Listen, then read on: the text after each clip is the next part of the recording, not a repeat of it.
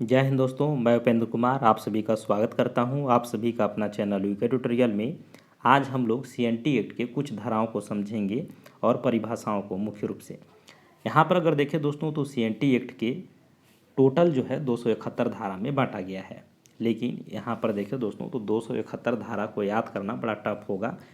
लेकिन इसमें से कुछ कुछ धारा हैं जो एग्ज़ाम की दृष्टि से इम्पोर्टेंट हैं, तो उसको हम लोग विशेष रूप से टिक आउट कर देंगे आपके लिए। और यहाँ पर अगर देखें दोस्तों तो जो धारा के अंदर क्या चीज़ें हैं वो एग्ज़ाम की दृष्टि सबसे ज़्यादा इम्पोर्टेंट है, क्योंकि डायरेक्ट धारा से प्रश्न रह ही रहेंगे। तो धारा के अंदर क्या है उसी चीज़ को समझना है, उसी चीज़ को हम लोग इस टॉपिक में समझेंगे। तो चलिए शुरू करते हैं। क्योंकि 19 अध्याय है तो हम लोग 2, 3, 4 ऐसे कर करके अध्यायों को एक एक पार्ट में करके हम लोग इसकी चर्चा करेंगे। तो आज हमने पहला पार्ट लिया है संक्षिप्त नाम और प्रसार के बारे में। तो चलिए शुरू करते हैं। यहाँ पर अगर देखें दोस्तों तो पहला कार्य संक्षिप्त नाम एवं प्रसार। धारा 1, धारा 1 और अध्याय 1 में यह कहा गया है दोस्तों कि प्रारंभिकी। अध्याय 1 का कहता है प्रारंभिकी, इसको साफ शब्दों में या एक शब्दों में कह सकते हैं कि प्रारंभिकी, यानी यहाँ से इसका प्रारंभ होता है, जिसमें नाम, प्रसार एवं परिभाषा का वर्णन है। धारा 1 कहता है कि संक्षिप्त नाम तथा प्रसार। इस धारा के अंतर्गत इस कानून के संक्षिप्त नाम छोटा नागपुर काश्तकारी अधिनियम 1908 है, जो 11 नवंबर 1908 से लागू है। तो धारा 1 में यहाँ पर स्पष्ट हो गया कि इसमें संक्षिप्त नाम का जिक्र कहा गया है और इसका संक्षिप्त नाम होगा छोटा नागपुर काश्तकारी अधिनियम 1908, जो 11 नवंबर 1908 से लागू है। इसमें दूसरा पॉइंट देखें दोस्तों तो इसी में उल्लेख है कि इसका विस्तार जो होगा उत्तरी एवं दक्षिणी छोटा नागपुर प्रमंडल में है, चूँकि वर्तमान में इस दोनों प्रमंडलों में विघटित करके नए प्रमंडल पलामू और कोल्हान भी बने हैं। अतः इस पर भी इस कानून का विस्तार होगा। यानी कि इसमें और एक चीज का जिक्र किया गया है कि बिहार उड़ीसा म्युनिसिपल एक्ट 1922 के अंतर्गत आने वाले नगर पालिका क्षेत्र, नगर निगम क्षेत्र और छावनी बोर्ड और अधिसूचित क्षेत्र भी शामिल होंगे। तो यहाँ पर देखें तो धारा 1 में क्या क्या चीज़ों को कहा गया दोस्तों, तो इसमें कहा गया कि जो संथाल परगना जो आपका प्रमंडल है उसको छोड़ करके बाकी चारों प्रमंडल, उत्तरी छोटा नागपुर, दक्षिणी छोटा नागपुर, पलामू और साथ में कोल्हान, 4 प्रमंडल में लागू होंगे। इसमें ये भी कहा गया कि 11 नवंबर 1908 से लागू होंगे। इसका संक्षिप्त नाम क्या है, तो इसका संक्षिप्त नाम होगा छोटा नागपुर काश्तकारी अधिनियम 1908। तो ये 2-3 चीज़ों है जिसको आपको ध्यान में रखना है। साथ में यहाँ पर देखिए दोस्तों तो सीएनटी एक्ट जब लागू हुआ था उसमें यह भी कहा गया था कि जो उसमें म्युनिसिपल एक्ट, यानी जो आप पढ़ते हैं नगर निगम, तो उस समय 1922 के पहले जितने अंतर्गत नगर पालिका, नगर निगम क्षेत्र थे, साथ में छावनी बोर्ड जो आपका रामगढ़ में है, मात्र झारखंड में एक छावनी बोर्ड है, 3 क्षेत्रों में भी सीएनटी एक्ट का प्रभाव रहेगा। तो 5-6 पॉइंट है जो आपको ध्यान में रखना है। यहाँ से पहला संक्षिप्त नाम दिया गया है, लागू होने का तिथि है, साथ में चारों प्रमंडल का जिक्र है, साथ में बिहार म्युनिसिपल एक्ट जो जिसमें नगर पालिका, नगर क्षेत्र और छावनी बोर्ड हैं, उसमें भी ये क्षेत्र में लागू होंगे। अगला देखें दोस्तों तो आपका जो धारा सेकेंड धारा क्या कहता है, निरसंस के बारे में है, यानी निरस्त होने के बारे में कहा गया है।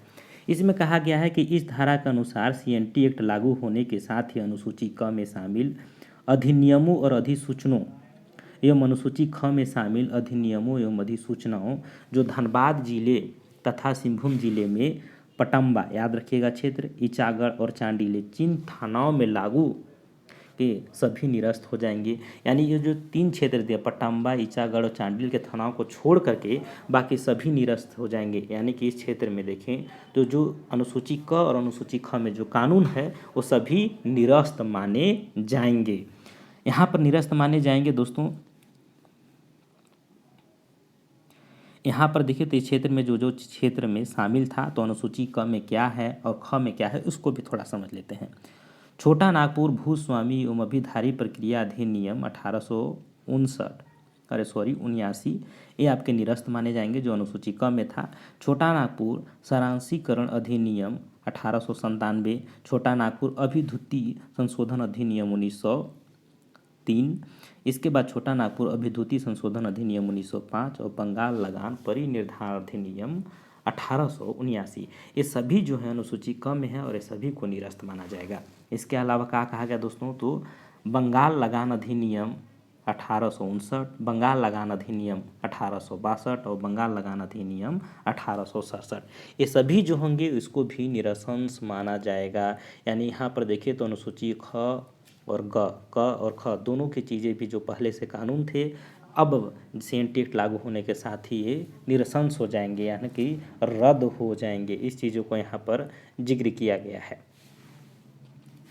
तो चलिए आगे अब बढ़ते हैं दोस्तों। आगे में क्या कहा गया है इसको थोड़ा सा ध्यान में रखना है।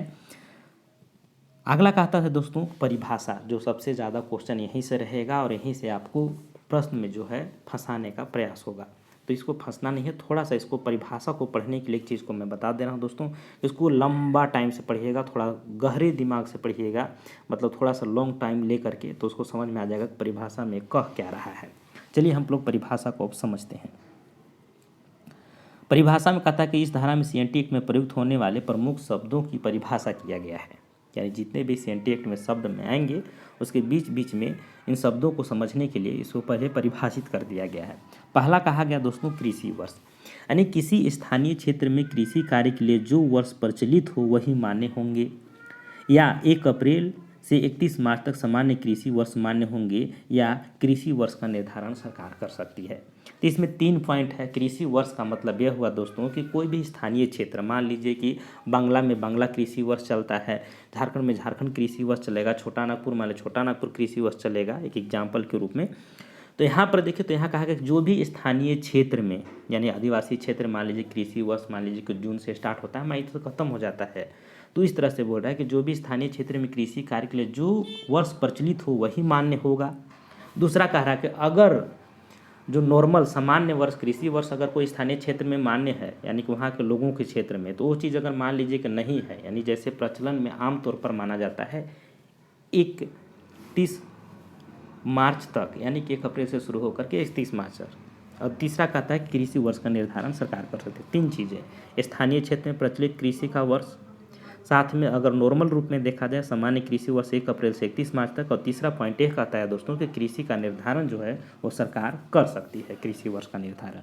तो समझ में आ गया होगा, इसमें 3 बिंदु, स्थानीय कृषि वर्ष जो प्रचलित हुआ मान्य होगा, अन्यथा जो आपका 1 अप्रैल से 31 मार्च तक जो नियमित है वो लागू होगा, या कृषि वर्ष का निर्धारण सरकार कोई और डेट को कर सकती है। अगला जो है दोस्तों शब्द है भूगत बंध बंधक। इसको थोड़ा समझिएगा।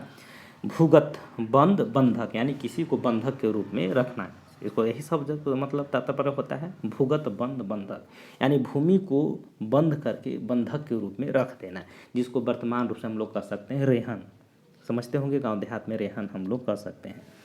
ऐसा रैयत जो उधार या कर्ज लेता हो तथा उसे उसी प्रकार के लाभ से कर्ज लौटाने तक वंचित रखा जाएगा।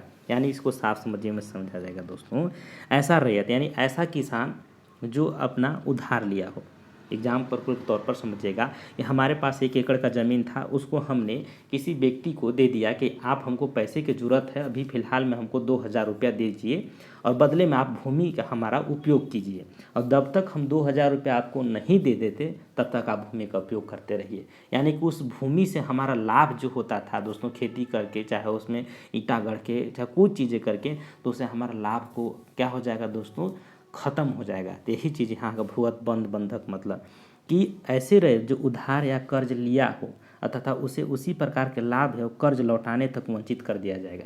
यानी हम अपने भूमि को किसी को दे दिए कुछ पैसे के बदले में, लेकिन भूमि वो का लाभ हम उपयोग तब तक नहीं कर सकते हैं जब तक उसका पैसा हम लौटा नहीं देते हैं। इसी को कहा जाता है भूगत बंध बंधक। अगला वर्ड है दोस्तों कि बोर्ड। बोर्ड से तात्पर्य है बिहार राजस्व बोर्ड। एक क्वेश्चन देखें तो जेपीएससी में आया हुआ है कि बोर्ड से क्या तात्पर्य है, तो बोर्ड से तात्पर्य है उस समय का बिहार राजस्व बोर्ड से है। अगला जो शब्द है आपका सर्टिफिकेट अधिकारी। सर्टिफिकेट अधिकारी से तात्पर्य है दोस्तों कि बिहार और उड़ीसा के लोग मांग वसूली अधिनियम 1914 के धारा 2 के अंतर्गत शामिल अधिकारी। यानी बिहार उड़ीसा के लोक मांग वसूली अधिनियम 1914 बना था, उसमें कहा गया था कि उसमें जो कुछ अधिकारियों का नाम दर्ज था धारा 2 में, और उसी को अंतर्गत जो अधिकारी शामिल थे उसी को कहा गया है सर्टिफिकेट अधिकारी। तो इसको याद रखना कि अधिनियम यानी बिहार उड़ीसा मांग वसूली अधिनियम 1914 के धारा 2 के अंतर्गत शामिल अधिकारी थे। यहाँ याद रखना है कि धारा 2 के अंतर्गत शामिल अधिकारी को सर्टिफिकेट अधिकारी कहा गया था। आगे दोस्तों कि सिविल जेल। सिविल जेल मतलब साफ शब्दों में जो वर्तमान में जेल यानी कारावास जो बोलते हैं वही चीज़ है। यानी कि सिविल जेल अथवा सरकार के द्वारा कैदियों को रखने की जगह, यानी सरकार जहाँ पर किसी व्यक्ति को कैद करके रखती है, जैसे कि कोई कोर्ट ने फैसला सुनाया 5 साल की सज़ा, तो उस 5 साल कहाँ रहेगा आदमी, तो जेल में उसको डालते हैं। तो वही चीज़ यहाँ भी जेल है कि सिविल जेल अथवा सरकार के द्वारा कैदियों को रखने का जगह जहाँ पर कैदी को रखा जाता है। आगे है दोस्तों कि आयुक्त या न्यायिक आयुक्त। इसका मतलब है कि छोटा नागपुर के आयुक्त अथवा न्यायिक आयुक्त। यहाँ पर देखो दोस्तों, तो आयुक्त मतलब हो गया कमिश्नर, तो छोटा नागपुर के उस समय कमिश्नर को ही उस समय के बाद कहा गया है न्यायिक आयुक्त, मतलब छोटा नागपुर के आयुक्त या न्यायिक आयुक्त। उस समय जो कमिश्नर होते थे वो अपीलीय न्यायालय के रूप में काम करते थे। यानी CNT एक्ट में देखें या SPT एक्ट में भी देखें तो अपीलीय न्यायालय के रूप में वो काम करते हैं। यानी कि आप राजस्व अधिकारी से संतुष्ट नहीं हुए, उपायुक्त के पास गए, वहाँ से भी संतुष्ट नहीं हुए, तो लास्ट में आप अपील किसके पास कीजिएगा, तो आयुक्त के पास कीजिएगा। जब हम आगे पढ़ेंगे धाराओं को तो ये सब चीज़ देखने को मिलेगा। आगे देखते हैं तो उप कलेक्टर। उप कलेक्टर मतलब होता है दोस्तों सहायक कलेक्टर या अपर या उप कलेक्टर। जैसे कि वर्तमान में भी जो BDO-CO का है यानी समाहर्ता जो हम लोग लिखते हैं कि उप समाहर्ता के बहाली जैसे झारखंड में भी आई हुई है, तो उप समाहर्ता में जो बन के जाएंगे तो वही होंगे उप कलेक्टर, यानी कि उसको प्रमोशन होकर बाद में SDO बनेंगे तब वो कलेक्टर कहलाएंगे। लेकिन इसकी पोस्टिंग अगर देखा जाए तो उप कलेक्टर के ही रूप में ही चयनित हो रही है, तो यही उप कलेक्टर है। यानी वर्तमान के SDO क्या है, उप कलेक्टर, SDM क्या है, उप कलेक्टर के रेंज में है। तो उप कलेक्टर समझ में आ गया होगा कि कलेक्टर से नीचे यानी अपर कलेक्टर जिसको हम लोग कहते हैं। आगे देखते हैं दोस्तों तो उपायुक्त। उपायुक्त का हो गया DC यानी कलेक्टर, इसको डायरेक्ट हम लोग कह सकते हैं कि राजस्व अधिकारी अथवा उप कलेक्टर जिसे उपायुक्त के कार्य हेतु अधिकृत किया गया हो। और देखिए उस समय का उपायुक्त का मतलब था एक तो उपायुक्त हो ही गया, और कुछ ऐसे जो SDO होते थे, SDM होते थे, तो SDO मुख्य रूप से राजस्व अधिकारी अथवा उप कलेक्टर जिस आयुक्त के रूप हेतु अधिकृत किया गया। यानी कि जो SDO थे यानी अधिकारी, राजस्व अधिकारी थे या कलेक्टर थे यानी उप कलेक्टर थे, उनको प्रमोट कर दिया गया कि आप उपायुक्त का काम करें, तो उनको भी उपायुक्त कहा गया था, यानी उपायुक्त माना गया। इस चीज़ को थोड़ा ध्यान समझिएगा। यानी कि राजस्व अधिकारी या उप कलेक्टर उपायुक्त के कार्य हेतु अधिकृत किया गया था। अधिकृत करना समझ रहे हैं दोस्तों कि उसको अधिकृत मतलब नहीं बोलते हैं कि इसको प्रभार में अधिकृत किया गया है, तो उस समय उसको उपायुक्त के रूप में माना गया। आगे बढ़ते हैं दोस्तों वृद्धि। समझिएगा वृद्धि मतलब होता है क्या दोस्तों, विकास। तो विकास किसकी होगी, तो साफ शब्दों में हम लोग भूमि के बारे में पढ़ रहे हैं तो भूमि की विकास होगी। तो इसको ध्यान में रखिएगा कि किसी रैयत के द्वारा अपनी जोत की वृद्धि करना, यानी कोई जोत, अब बोलिएगा जोत का वृद्धि कैसे करेगा सर, तो जोत का वृद्धि करने से तात्पर्य है दोस्तों कि मान लो कि जंगल के किनारे ज़मीन है, उसके बगल में बकास ज़मीन है, यानी कि जंगल थोड़ा थोड़ा खूंटी उट्टी वाला ज़मीन है, झाड़ी वाला है, तो उसको क्या करता है आदमी धीरे धीरे फरदाते जाता है, यानी कि उसको धीरे धीरे काटते जाएगा जंगलवा को हरी और अपना ज़मीनिया के जो एरिया है धीरे धीरे पीछे बढ़ाते जाएगा। तो वही हो गया कि अपने खेत का वृद्धि कर रहा है। पहले क्या करते थे, झारखंड में मुंडाव लोग आए तो ज़मीन को साफ किए, तो क्या कहला है फुटकट्टी ज़मीन, उराव लोग आए तो ज़मीन को जो साफ करके नहीं, जंगल को जो साफ करके ज़मीन बनाए तो भुइंहरी ज़मीन कहाया। तो यही ना जो टिनस्योर एक्ट हुआ था, यानी कि जो टेनेंसी एक्ट जिसको हम लोग बोलते हैं कि, तो उसमें भुइंहरी ज़मीन का सर्वे हुआ था। बाद में जो छोटा नागपुर का संशोधन हुआ, छोटा नागपुर काश्तकारी अधिनियम 30 में अगर देखें तो आपको मुंडारी कुटकाटी वगैरह का भी ज़मीन का सर्वे हुआ था। इसको हम लोग पढ़ाए थे पहले वीडियो में, आप देख लीजिएगा वहाँ पर। संपदा, इसको थोड़ा वर्ड को समझिएगा। संपदा मतलब क्या होता है दोस्तों कि उपायुक्त द्वारा संधारित राजस्व मुक्त भूमि या राजस्व प्रदायी भूमि या सरकारी खास महल एवं अन्य राजस्व मुक्त भूमि। यहाँ पर साफ शब्दों में वैसी भूमि जिसमें सरकार को हमको लगान नहीं देना पड़ता हो वही संपदा है। यानी कर व मुक्त भूमि, यानी जिसमें हम लोग कोई कर मुक्त, यानी कोई कर यानी किसी प्रकार का हमको राशि सरकार को नहीं देनी पड़ती है, लगान नहीं देनी पड़ती है, वैसी भूमि को हम लोग कहते हैं संपदा। जिसको समझ में आ गया होगा संपदा। राजस्व प्रदायी यानी इसमें कोई राजस्व नहीं देना है, किसी प्रकार का कर नहीं देना है, उस भूमि का सर्वे सर्वाहाम है, यानी टेंशन मुक्त होकर के कमाइए उसमें हमेशा के लिए, तो इसी को हम लोग कहते हैं संपदा। वैसी भूमि को समझ में आ गया होगा। एक कौन, उपायुक्त द्वारा संधारित राजस्व मुक्त भूमि।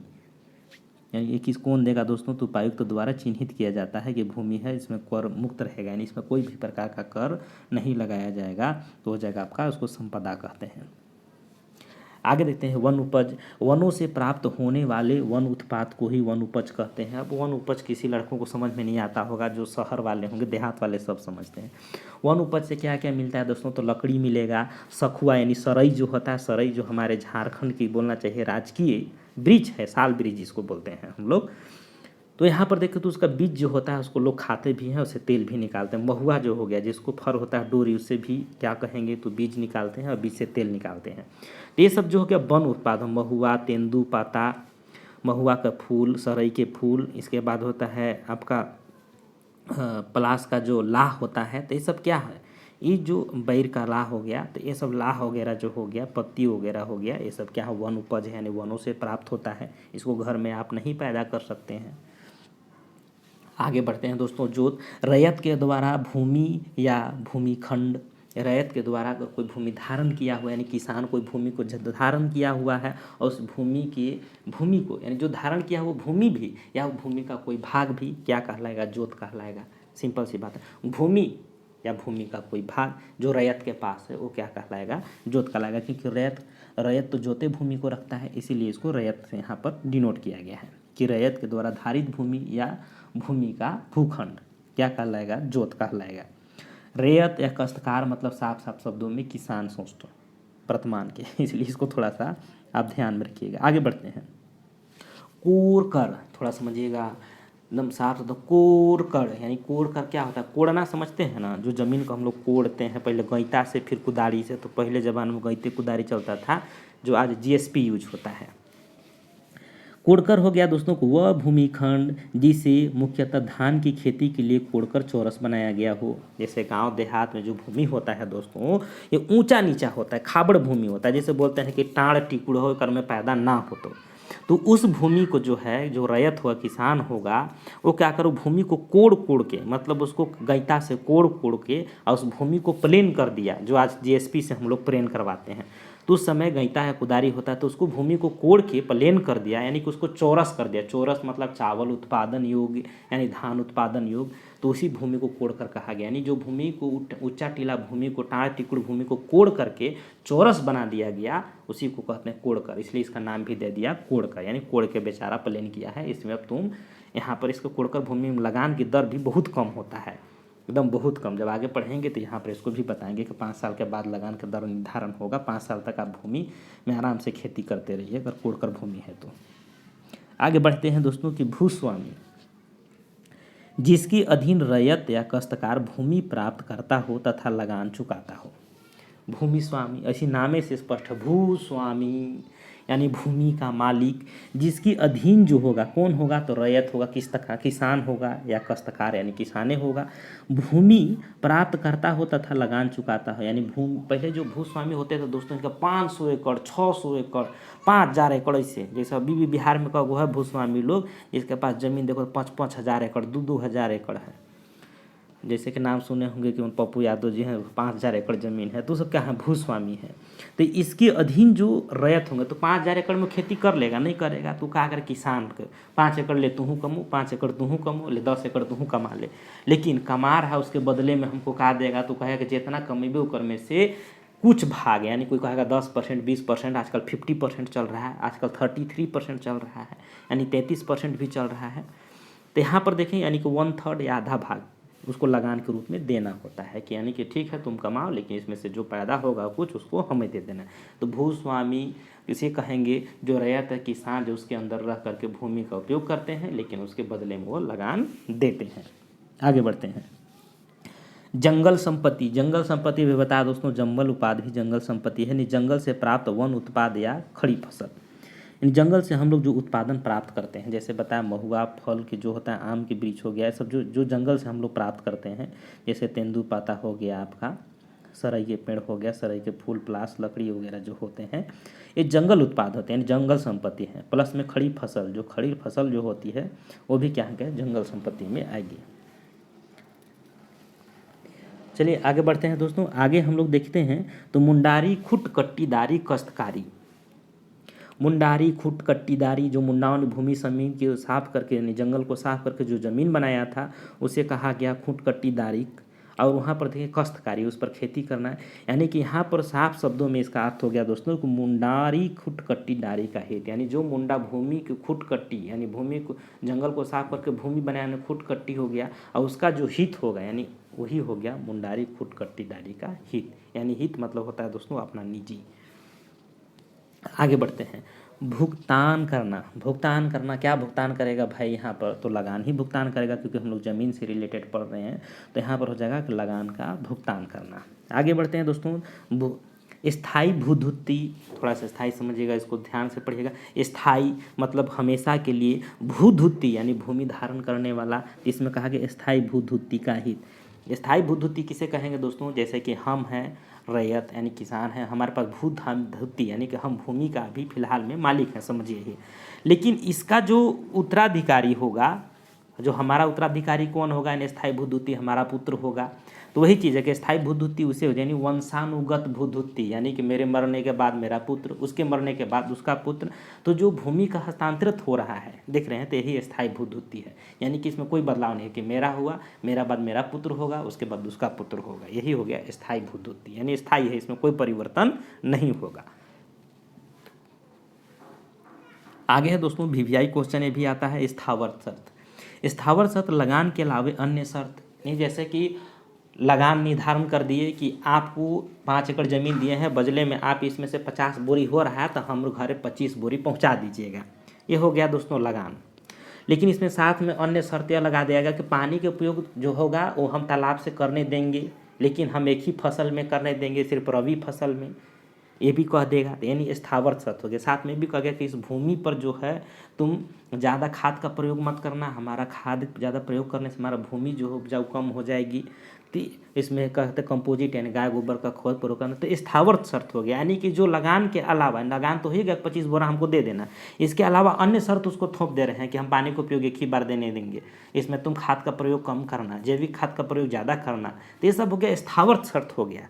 इसी को बोले लगान के अलावा अन्य शर्त को स्थावर शर्त। आगे बढ़ते हैं। विहित यानी कि राज्य सरकार के द्वारा नियम को लागू करना। विहित यानी राज्य सरकार के नियम को अगर दे रहा है तो उसको लागू कराना ही विहित है। चलिए आगे बढ़ते हैं। अब हम लोग आगे बढ़ते हैं दोस्तों, तो आगे हो जाएगा स्वात्वधारी। पढ़िएगा ध्यान से दोस्तों। स्वात्वधारी, स्वत्व यानी स्वयं का धारी, स्वात्व बोलते हैं ना कि स्वात्वधारी, स्वयंधारी इसको बोल सकते हैं कि व्यक्ति का न्यास के रूप में अपने फायदे के लिए अधिकृत होना। यानी कोई भी चीज़ आप अपने फायदे के लिए अपने अंदर धारण किए हुए हैं, वही है आपका स्वात्वधारी। यानी स्वात्वधारी यानी स्वयं के लिए धारण किए हुए हैं, किसी अपने न्यास को धारण, किसी संपत्ति को धारण किए हैं, किस लिए? तो अपने फायदे के लिए, वही हो जाएगा आपका स्वात्वधारी। आगे बढ़ते हैं। रजिस्ट्रीकृत यानी दस्तावेजों का पंजीयन। जैसे आप रोजगार कार्यालय में पंजीयन कराते हैं, आप जैसे कोई फॉर्म भरते हैं तो रजिस्ट्रेशन कराते हैं। यानी पहला प्रोसेस होता है रजिस्ट्रेशन करना, एग्जाम देना, पास होना, तब जाकर के आपका डीबी होगा, तब रिजल्ट आएगा, तब नौकरी लगेगा। ये लंबा प्रोसेस है। तो वही चीज़ है कि रजिस्ट्रीकृत करना यानी दस्तावेज का पंजीयन। यानी कि आप ज़मीन जब खरीदी बिक्री करने जा रहे हैं तो सबसे पहले आपको पंजीयन कराना होगा, उसी ज़मीन को आप खरीदी बिक्री कर सकते हैं। यानी कि पहला चीज़ रजिस्ट्री मतलब होता है पंजीयन कराना। जैसे कि आप बकाया ज़मीन का खरीदी बिक्री नहीं कर सकते हैं, क्योंकि उसके पास आपको कोई कागजात मूल प्रमाण पत्र ही नहीं है, इसलिए पंजीकरण कराना। रजिस्ट्री का मतलब होता है दस्तावेज का पंजीकरण कराना। आगे बढ़ते हैं। लगान, रैयत के द्वारा भूस्वामी को भूमि के उपयोग के बदले दिया जाने वाला धन। यानी रैयत जो होगा यानी किसान जो होगा, तो भूस्वामी यानी जो होगा भूमि का मालिक, तो भूमि के मालिक जो है वो भूमि के उपयोग के बदले दिए जाने वाला जो धन है, यानी कि भूमि को उपयोग करने दे रहा है भू मालिक, तो उसको बदले में कुछ चाहिए, तो जो बदले में आप देते हैं वही चीज़ हो जाता है लगान। इसमें कोई नया चीज़ नहीं है। लगान क्या होता है? भूमि का उपयोग कर रहे हो तो लगान दो, सिंपल सी बात है। कोचिंग में पढ़ रहे हो तो पैसा दो, ये चीज़ क्या चीज़ है? तो वहाँ पर लगान हो गया, यहाँ पर हो गया कि भाई पैसा दे रहे हो तो एक लगाने के रूप में समझो, उसका उपयोग कर रहे हो तो बदले में उसको कुछ दो। आगे बढ़ते हैं। पुनर्ग्राह भूधुत्ती, बहुत आसान शब्दों में पुनःग्राह। पुनःग्राह मतलब होता है कि फिर से ग्रहण करना। भूधुत्ती यानी भूमि के जो स्वामी है वो फिर भूधुत्ती भूमि का जो अधिकार मिला था उसको फिर से वो ग्रहण करेगा। कैसे? चलिए आगे बढ़ते हैं, इसको देखते हैं कि रैयत कोई नर वारिस नहीं होने पर भूमि का भूस्वामी को वापस हो जाए। रैयत का कोई नर वारिस नहीं है, समझ रहिएगा। यानी किसान है, किसान का कोई नर वारिस नहीं है, यानी उसका बेटी पैदा हुआ, पता चला कि बेटी कुछ नहीं है, तो होने पर भूस्वामी जो है वापस हो जाएगा। यानी कि देखिए दोस्तों कि हम ज़मीन का उपयोग करते थे, हमको 5 एकड़ ज़मीन मिला था, हम रैयत हैं और हम भूमि का उपयोग कर रहे हैं, लेकिन हमारा शादी हुआ और बाले बच्चा नहीं हुआ, और हुई क्या था, वो लड़की हुआ। तो ऐसी स्थिति में अब हमारी लड़की तो खेत नहीं जोतेगी, उसका शादी हो जाएगा, वो चले जाएगी अपने ससुराल, तो हमारे जो ज़मीन में जोत रहे थे वो भूस्वामी बोलेगा कि तू तब बुढ़ा गया, तो जोत नहीं पा रहा है, तो क्या करेगा। तो ऐसी स्थिति में भूस्वामी जो है वो ज़मीन को अधिग्रहित कर लेगा, यानी ज़मीन जो है अपना वो ले लेगा कि अब तुम इस पर खेती नहीं कर सकते हो, इस ज़मीन को अब हम दूसरे को दे रहे हैं। यानी कि भूस्वामी के द्वारा दिया हुआ ज़मीन को फिर से पुनः ग्रहित कर लेगा, यानी पुनः वह अपने अंदर में ले लेगा। अब उसका अपना अधिकार है कि वो दूसरे को दे या खुद से जोते। ये हो गया आपका पुनर्ग्रह भूदुत्ती, यानी फिर से वो ज़मीन को धारण कर लिया मालिक भूस्वामी। आगे बढ़ते हैं। राजस्व पदाधिकारी। राजस्व पदाधिकारी जो हो जाएगा राज्य सरकार जिसे राजस्व की वसूली की अधिकृत करे, यानी राज्य सरकार, जैसे सीओ साहब क्या हैं, राजस्व पदाधिकारी में हैं। यानी कि राजस्व पदाधिकारी जो होते हैं वो राज्य की कर वसूली के लिए सरकार उसको अधिकृत करे, वही है राजस्व पदाधिकारी। यानी जब ज़मीन का आप जैसे दोस्तों कर पटाते होंगे तो वही वसूली के लिए जो अधिकारी चुना गया है उसी को कहेंगे राजस्व अधिकारी। आगे बढ़ते हैं। जैसे कि सीओ के नीचे हो गया सीआई, सीआई के नीचे क्या हो गया, कर्मचारी हो गया। ये प्रोसेस है। तो जो अधिकारी पदाधिकारी समझ यानी कि राज्य सरकार के द्वारा राजस्व वसूली जो करेगा वही है राजस्व अधिकारी। फिलहाल में हम लोग सीओ का समझ सकते हैं, सर्कल ऑफिसर। आगे बढ़ते हैं दोस्तों। काश्तकार। काश्तकार, देखिए काश्तकार किसे कहते हैं, वह रैयत जो किसी व्यक्ति की अधीन भूमि धारण करता हो और लगान का भुगतान उसी को करता हो, उसे कहेंगे काश्तकार। समझ गए होंगे दोस्तों कि वह रैयत यानी वह किसान जो किसी व्यक्ति के अधीन भूमि धारण करता हो, यानी किसी व्यक्ति के अधीन जो है भूमि धारण करता हो और लगान का भुगतान उसी को करता हो, उसे कहेंगे काश्तकार। साफ शब्दों में, बहुत आसान शब्दों में दोस्तों काश्तकार किसे कहते हैं, यानी कि मान लीजिए कोई किसान है, किसी व्यक्ति के अधीन भूमि धारण किया हुआ है, यानी कि हमने कोई भूस्वामी से हमने ज़मीन लिया हुआ है और लगान का भुगतान उसी को कर रहा है, वही हम लोग काश्तकार हैं। यानी कि हम किसान, काश्तकार के एक शब्दों में समझो शुरू बता दें दोस्तों, किसान, हम किसान हैं, भूस्वामी से हमने ज़मीन लिया, बदले में हम उसको खेती गृहस्थी सब कुछ कर रहे हैं, बदले में लगान हम चुका रहे हैं। तो जो हम हुए वो हो गए काश्तकार हो गए या रैयत हो गए, और जो जिसको हम लगान दिए वो का हो गया, भूस्वामी हो गया। बस यही चीज़ें इसमें है। आगे बढ़ते हैं। भूधुत्ती, बहुत आसान शब्दों में समझिएगा दोस्तों। भू और इसके बाद धुत्ती, बहुत आसान, यानी भूधारक का हित, यानी भूमि को धारण करने का हित, यानी जो भूमि को धारण किया गया है उसका हित कैसा होगा। लेकिन इसमें एक चीज़ ध्यान में रखने वाली बात है दोस्तों, इसमें कहा गया कि लेकिन मुंडारी खुट कट्टीदारी काश्तकारी इसमें नहीं आएंगे। यानी मुंडारी खुट कट्टीदारी का जो काश्तकारी मिला हुआ है, यानी मुंडाओं के द्वारा जमीन भूमि को जो उन लोग ग्रहण किए हैं, जो भूमि को उन लोग बनाए हैं खुटकट्टी के रूप में, तो उसका इसमें शामिल नहीं किया जाएगा। भूधुत्ती इस तात्पर्य है भूधारक का हित, यानी जो हम भू धारण किए हैं, हमारा हित कौन होगा, तो हमारा बच्चा होगा, तो वही होगा भूधुत्ती, मतलब भूधारक का अपना निजी हित। आगे बढ़ते हैं। ग्राम, वह स्थानीय क्षेत्र जिसे किसी नियम के अधीन सर्वेक्षण कर अधिकार अभिलेख तैयार कर लिया गया हो। देखिए साफ शब्दों में ग्राम किसे कहेंगे दोस्तों, यानी कोई भी गांव बसा दिए तो ग्राम थोड़ी ना हो जाएगा जब तक वहाँ का सरकारी सर्वे ना हो जाए। तो वही चीज़ यहाँ है कि वह स्थानीय क्षेत्र, यानी मान लीजिए कि एक गाँव बसा है, वहाँ पर स्थानीय क्षेत्र यानी जहाँ पर लोग रह रहे हैं, जिसे किसी नियम के अधीन सर्वेक्षण कर अधिकार अभिलेख तैयार कर लिया गया हो, यानी कि वहाँ के ज़मीन का अधिकार अभिलेख तैयार कर लिया गया हो जिस गांव में लोग रह रहे हैं, यानी कि एक सर्वेक्षण करके उसको हम लोग गांव कहेंगे। अन्यथा क्या कहेंगे दोस्तों, जो मान लीजिए कि जंगल में कोई साफ करके रह रहा है, वहाँ कोई सर्वेक्षण है, उसको गांव थोड़ी कहेंगे, उसको बोलेंगे काबिला बोलेंगे। कबीला में लोग रह रहा है तो घुमक्कड़ू टाइप का 5 दिन यहाँ रहा, फिर आगे जगह साफ सुथरा करके वहाँ रह जाएगा। लेकिन गाँव में ऐसा थोड़ी होता है। गाँव एक स्थायी चीज़ होता है जहाँ पर लोगों को रहते रहते अपनी भूमि को कब्जा कर लेते हैं। भूमि कब्जा होने के बाद सरकार जो होती है सर्वेक्षण करती है, सर्वेक्षण करने के बाद उस भूमि को जिसका जितना कब्जा होता है वो सर्वेक्षण करके पंजीकरण कर देती है, यही है। तो उसी को हम लोग गाँव कहेंगे। आगे बढ़ते हैं। ग्राम मुखिया, किसी ग्राम का मुखिया चाहे वह मानकी प्रधान या माझी के नाम से जाना जाता है। ग्राम मुखिया सिंपल सी बात है, जैसे कि हम लोग जानते हैं कि ग्राम मुखिया को वो मानकी भी कहते हैं, प्रधान भी कहते हैं या माझी कहते हैं। सबकी जनजातीय पंचायत में अलग अलग नामों से जाना जाता है। जनजातीय पंचायत हम पढ़ाए हैं, वीडियो आप देख लीजिएगा वहाँ से। तो वो ग्राम मुखिया उसी को कहा जाता है, जो अपने गांव क्षेत्र में जो होता है वो धार्मिक नागरिक सभी चीज़ों का प्रधान होता है, लेकिन सारी चीज़ मेट्रो को समझाता है। लेकिन जैसे मान लीजिए धार्मिक करने के लिए पाहन को दे दिया, तो ये सब चीज़ों कुछ को लोगों को बैगा होती है, तो ये सब जनजातियों में बांटा हुआ है। आप वहाँ पढ़िएगा, क्लियर हो जाएगा। आगे बढ़ते हैं दोस्तों। स्थायी बंदोबस्त। स्थायी बंदोबस्त, इस तो आपको पता होगा, स्थायी बंदोबस्त आपको लॉर्ड कॉर्नवालिस बहुत बड़े फेमस थे इसको लाने के लिए। इसको चलिए बढ़ते हैं। स्थायी बंदोबस्त हो गया कि 1798 में बंगाल, बिहार, उड़ीसा के संबंध में किया गया स्थायी बंदोबस्त। तो स्थायी बंदोबस्त आपको समझ में आ गया होगा दोस्तों। तो 1793 देना चाहिए, तो यहाँ पर दे दिया है 98। इसको थोड़ा सा ध्यान में रखिएगा। 1793 में बंगाल, बिहार, उड़ीसा के क्षेत्र में किया गया स्थायी बंदोबस्त को ही स्थायी बंदोबस्त किया गया है। लेकिन यहाँ पर थोड़ा सा बुक में मिस्टेक है, इसको सुधार सकते हैं। मिस्टेक है क्योंकि स्थायी बंदोबस्त लगेगा था 1793 ईस्वी में। चलिए आगे बढ़ा जाए।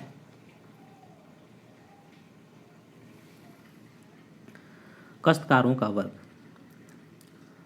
तो यहाँ पर देखिए दोस्तों, तो काश्तकारों का वर्ग है, इसको भी थोड़ा सा है, इसको भी कर ही लेते हैं। चलिए, काश्तकारों का वर्ग यानी दो। पहला में क्या हो गया, अध्याय पहला में हम लोग पढ़े दोस्तों, क्या पढ़े इसको थोड़ा सा ध्यान में रखिएगा कि इसमें प्रारंभिकी यानी जिसमें परिभाषा, नाम, संक्षिप्त परिचय था, जिसमें अध्याय 1 से लेकर 3 तक जिक्र था, सॉरी धारा 1 से 3 तक जिक्र था। उसी प्रकार हम लोग आगे बढ़ेंगे, जिसमें हम लोग पढ़ेंगे काश्तकारों का वर्ग, जिसमें धारा जो होंगी आपका 4 से लेकर 8 तक है। तो चलिए इसको भी थोड़ा सा देख लेते हैं। काश्तकारों का वर्ग यानी इस अधिनियम के अंतर्गत काश्तकारों को 4 प्रकार में निर्धारित किए गए हैं। तो ध्यान रखिए, काश्तकारों को कितने प्रकार में बांटा गया है, 4 प्रकारों में बांटा गया है। वही रैयत कितने प्रकार होते हैं, तो रैयत जो होते हैं 3 प्रकार के होते हैं। काश्तकार कितने प्रकार, 4। काश्तकार इसी नाम रहा है, पढ़िएगा ध्यान से। काश्तकार, कार और 4 एक ही टाइप है। काश्तकार 4 और ता मतलब कार और 4, यानी ध्यान रखिएगा काश्तकार जो होगा कितने प्रकार के, 4 प्रकार के। कौन कौन है काश्तकार, चलिए, भूधारक अथवा उपभूधारक, रैयत, दर रैयत, मुंडारी, खुटकट्टी, दार, ये हो गया आपका 4 काश्तकार। पहला जगह दोस्तों कि भूधारक अथवा उपभूधारक, यानी भूस्वामी को ही भूधारक और उसके वंशजों को उपधारक कहा गया। बहुत आसान समझो में, भूधारक यानी भूस्वामी जो होता है, तो इसमें भूस्वामी आपको याद होगा, जो लगान लेता है वो क्या होता है, भूस्वामी होता है। जो लगान देता है वो रैयत या काश्तकार होता है। इस चीज़ को ध्यान में है। तो यहाँ पर कहा गया दोस्तों कि भूधारक और उपभूधारक मतलब कि भूस्वामी को ही भूधारक कहा गया है। जो बड़े बड़े भूस्वामी बताए थे, जैसे कि 5-5 एकड़, 500 एकड़, 5,000 एकड़, 4,000 एकड़ ऐसे जमीन जो रखे हुए हैं, भूस्वामी को ही भूधारक कहा गया है। लेकिन उसका वंशजवा जो होगा उसको उपभूधारक कहेंगे। मान ले भूधारक का जमीन जो था 5,000 एकड़ था, उसको 2 बेटा होगा, तो 2,500 में बट गया, तो उसको कहेंगे उसके वंशज को उपभूधारक हो गया। आगे बढ़ते हैं। रैयत, रैयत जो होते हैं बताया दोस्तों, काश्तकार 4 और रैयत 3। बहुत आसान शब्द है, रैयत 3 शब्द है, रैयत, रैयत। तो कितने प्रकार के रैयत, 3 प्रकार के रैयत। चलिए रैयत 3 प्रकार के देखते हैं, कौन कौन रैयत है। अधिभोगी रैयत, बहुत आसान शब्दों में, अधिभोगी जिसे अपनी भूमि का उपयोग का अधिकार हो। बहुत आसान शब्दों में शब्द को समझिए, अधिभोगी यानी कि अधिभोगी यानी हम इसको भोग कर रहे हैं, अधिभोगी रैयत यानी जिसे अपनी भूमि का उपयोगिता का अधिकार हो, यानी उस अपनी भूमि में आप खेती कर सकते हो, कुआं कोड़ सकते हो, ईंटा भट्ठा लगा सकते हो, आप और कुछ काम कर सकते हो, खापड़ा बना सकते हो। तो ये सारी चीज़ें जो है यानी जिस भूमि का उपयोग का अधिकार है उसे हम कहेंगे अधिभोगी रैयत, यानी अधिभोगी रैयत है हम। अंधिभोगी रैयत, सॉरी अनाधिभोगी या कहीं कहीं अंधिभोगी देता है, तो इसको ध्यान रखें। अनाधिभोगी जिसे अपनी भूमि का अधिभोग का उपयोग का अधिकार न हो, यानी जिसे भूमि पर आपका अधिभोग का अधिकार नहीं हो, यानी सपोज दैट कि आप रैयत हैं लेकिन उसको आप किसी अपने भूमि को दर रैयत के रूप में दे दिए हैं। अब बताएंगे दर रैयत क्या होता है आगे ही, यानी अपनी भूमि का आप अधिभोगी अधिकार नहीं रखते हो। जैसे कि सामान्य शब्दों में, हमर जमीन था, हम रैयत थे और मैंने अनाधिभोगी रैयत थे, हम बिया हुआ, हम चले गए ससुराले में रहने लगे, तो हमारे यहाँ ज़मीन जो बटाइया मतलब हमको ज़मीन जो था भाई, हमरो पापा मम्मी से कुछ ज़मीनिया मिलवे न करेगा, तो ज़मीनिया जो मिला उसका उपयोग हम नहीं कर रहे थे, तो ऐसी स्थिति में हम दे दिए कि तू ही खेती करना जी, तू यहाँ गाँव में रह रहा है, तू खेती करना, थोड़ा बहुत हमको दे देना। यानी कि हम अंधिभोगी रैयत हो गए, यानी कि हमारा तो ज़मीन का उपयोगिता का अधिकार नहीं है, हमारा उपयोग का अधिकार कोई और कर रहा है, क्योंकि हम अभी ससुराली में रह रहे हैं। ती हो गया अंधिभोगी रैयत। तो समझ गए, अधिभोगी रैयत यानी जिसमें पूरा आपका अधिकार है, यानी कि भूमि का आप उपयोग कर रहे हैं, यानी कि आपका घरे में रह रहे हैं, घरे में जोत कोड़ सब कर रहे हैं। अंधिभोगी रैयत यानी हमारी जमीन है लेकिन क्या कारण से हम नौकरी कर रहे हैं, मान लो कि रांची में, और हमारे यहाँ जमीन या कोई जोते कोड़ेगा ना तो उसमें हमका उपयोग कहाँ हम कर रहे हैं, तो इसी को कहेंगे अंधिभोगी रैयत। आगे बढ़ते हैं। खुटकट्टी रैयत, अभी बताया था खुटकट्टी, जो मुंडा लोग जमीन को जो माने जंगल को साफ करके जो जमीन तैयार करे उसको खुटकट्टी भूमि बोलते हैं। खुटकट्टी रैयत यानी वह रैयत, यानी वह भू रैयत जिसमें खुटकट्टी अधिकार प्राप्त हो, जिसे खुटकट्टी अधिकार प्राप्त हो, उन लोग को विशेष रूप से चिन्हित किया गया है कि मुंडा लोग की जमीन भाई उसको खुटकट्टी भूमि कहा गया। तो उसी कहते हैं वह रैयत यानी वह किसान जिसे खुटकट्टी अधिकार प्राप्त हो, उसको जन्मजात रूप से खुटकट्टी का अधिकार प्राप्त हो, उसे कहेंगे खुटकट्टी रैयत। 3 गो रैयत। अधिभोगी रैयत जिसमें उपयोग भूमि का कर, अंधिभोगी रैयत यानी उपयोग भूमि का वो नहीं कर पा रहा है, बेचारा नौकरी बाहर में कर रहा है, उसका जमीन कोई और उपयोग कर रहा है। खुटकट्टी रैयत यानी मुंडा लोग का जो जमीन था उसको खुटकट्टी रैयत का अधिकार प्राप्त है। तो 3 गो रैयत है। आगे बढ़ते हैं। दर रैयत यानी ऐसे काश्तकार जो रैयत के अधीन हो और निर्धारित लगान चुकाता हो। अब समझिएगा दर रैयत का है, ये भी क्वेश्चन में देखना बाबू, तो पूछा गया है जेपीएससी में, थोड़ा सा इसको भी ध्यान रखें। दर रैयत ऐसे काश्तकार यानी ऐसे किसान जो रैयत के अधीन हो और निर्धारित लगान चुकाता हो। सिंपल से भी बताया कि हमार जमीन यहाँ है, हम रैयते हैं, लेकिन सिंपल से यहाँ पे तो 5000 एकड़ ज़मीन है, हम रैयत को दे दिए, किसान को 5 एकड़ ज़मीन तुम लो जी और खेती करो इसमें। लेकिन वो किसानवा जो था ना 5 एकड़ ज़मीन ले लिया उससे, और 5 एकड़ ज़मीन लेने के बाद वो कहा अभी हम नहीं खेती कर पाएंगे, उहो केकरो दे दिया कि लो तुम इसमें करो। मान लीजिए को नहीं किया, अपना भाई को दे दिया, चाहे अपने दोस्ती को दिया कि तू जोत कोड़ करो जी, 5 एकड़ ज़मीन है हमारे पास। तो जो दर रैयत मतलब ऐसे काश्तकार जो रैयत के अधीन हो और निर्धारित लगान चुकाता हो, यानी कि 5 एकड़ ज़मीन हम लिए थे कोई भूस्वामी से, और हम अपना दोस्त को दे दिए और बोल दिए कि देखो हमको 25 बोरा उसको देना था, हम बोल दिए कि बाबू तो 30 बोरा देना है, यानी कि हमको 5 बोरा अपने रख के 25 बोरा अपने भूस्वामी को भी दे देंगे।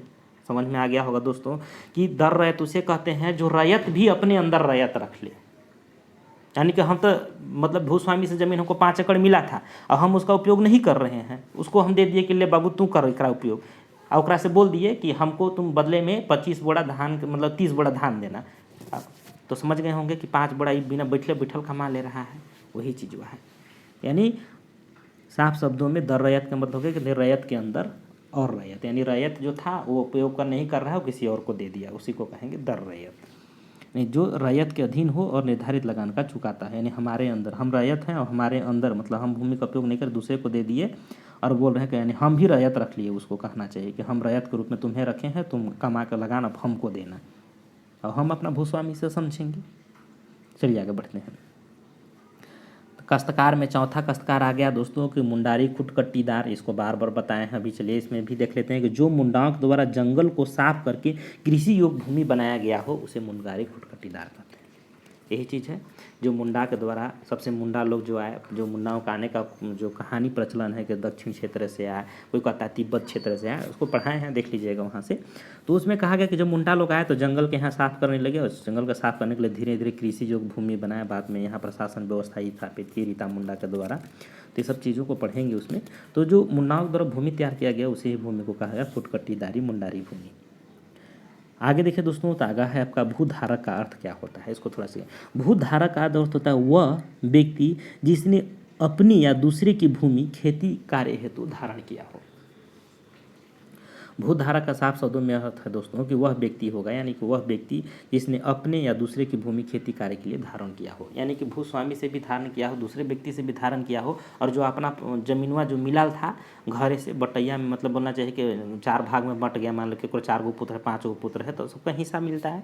तो जो भूधारक होता है वही चीज़ है कि भूधारक का मतलब कि जो अपना भूमि का भी उपयोग करता है या दूसरे भूमि का भी वो धारण किया हुआ है उपयोग करने के लिए, उसे भूधारक कहते हैं। यानी साफ शब्दों में लिखा है भूधारक, भूमि को धारण करने वाला है, किस लिए, तो खेती कार्य हेतु। चलिए आगे बढ़ते हैं। रैयत का अर्थ क्या होता है?